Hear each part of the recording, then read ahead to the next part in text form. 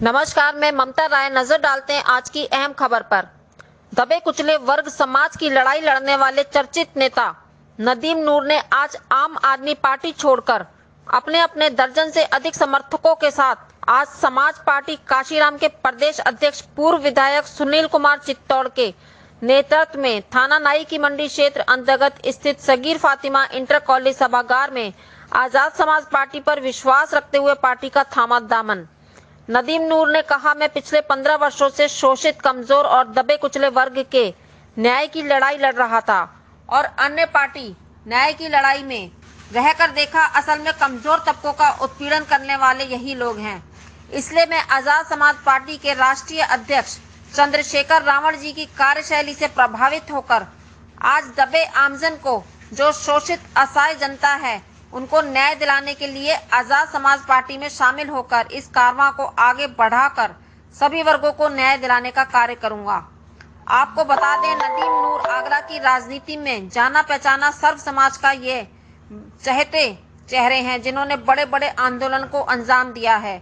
अभी हाल में ही लिंग परीक्षण करने वालों के यहाँ भी नदीम नूर की सक्रियता के कारण ही छापा पड़ा था और सभी लोग जेल गए। नदीम नूर के साथ शामिल होने वाले मुख्य रूप से Jalaluddin, advocate Daud Iqbal, advocate Yasin Siddiqui, Irfan Qureshi, Salim Abbas, Nadeem Thekedar, MA Kazmi, Deepak Kain, Ajay Upadhyay, Rashid Wasim, Mubin Ahmed, Asif Noor, advocate Mohammad Javed, Junaid Rangrez, Bilal Jalal, Ishaq Usmani, Masoor Ahmed राजा आदि लोग शामिल हुए।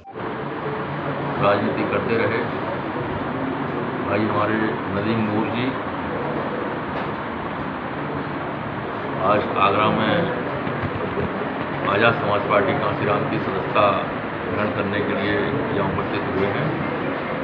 इस अवसर पर हमारी पार्टी के आगरा मंडल के प्रभारी विक्की आजाद जी भी उपस्थित हैं और मंडल के महासचिव अमरेंद्र वर्मा जी भी उपस्थित हैं। हमारी जिला कमेटी, हमारी महानगर कमेटी, हमारी यूथ कमेटी के जिम्मेदार साथी भी यहाँ उपस्थित हैं, अन्य हमारे कार्यकर्ता भी उपस्थित हैं। हम सबके समक्ष अभी नदीम नूर जी के कार्यकर्ता ने आप सबके समक्ष नाम पढ़कर सूची घोषित की। तो सूची में कितने लोग हैं? 20 लोग जो इनके साथ आज पूर्ण रूप से आजाद समाज पार्टी काशीराम की सदस्यता ग्रहण कर रहे हैं, सब उपस्थित हैं। आज का हमारा ये कार्यक्रम यही है। बाकी आप लोगों को सर, जैसा कि अभी 2022 का चुनाव भी आने वाला है और इसके रणनीति के तहत क्या विस्तार किया जा रहा है पार्टी का पूरा? अभी हमने पार्टी पिछले वर्ष 15 मार्च 2020 को हमारी पार्टी की घोषणा हुई जी। और अभी 1 साल मुश्किल से हुआ है। हमारी पार्टी का पूरे देश के अंदर 22 राज्यों में प्रदेश स्तर का, मंडल स्तर का, जिला स्तर का संगठन खड़ा हो गया है। विधानसभा कमेटियाँ, नीचे ब्लॉक कमेटियाँ, बूथ कमेटियाँ लगातार हम लोग बना रहे हैं।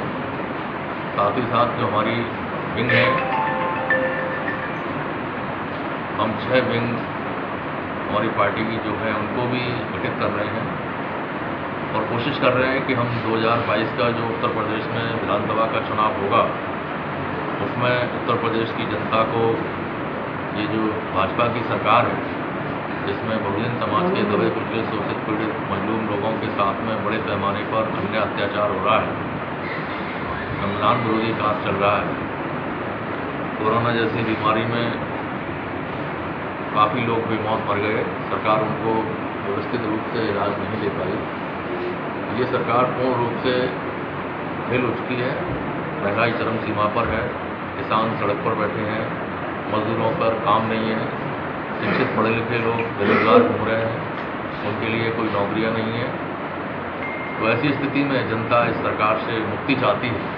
तो हमारा ये प्रयास होगा कि हम 2022 में इस सरकार को यहाँ से हटा दें। सर, जिस तरीके से आगरा क्या पूरे जनपदों में जिस तरीके से आप पार्टी का जनाधार बढ़ रहा है, जो लोकप्रियता पैदा हो रही है, उसका तात्पर्य आखिर कारण क्या है? आपकी मेहनत या आज़ाद जी का निर्देश? का कारण है उत्तर प्रदेश और देश के अंदर जो लोकशाही है, जिसमें आम जनता को अपने हक और अधिकार मिलने चाहिए। अगर कहीं किसी के साथ अन्याय हो रहा है, अत्याचार हो रहा है, तो उसको न्याय मिलना चाहिए, अत्याचारों से मुक्ति मिलनी चाहिए। ये जिम्मेदारी इस देश के शासकों की है, जो राजनीति में है उनकी है।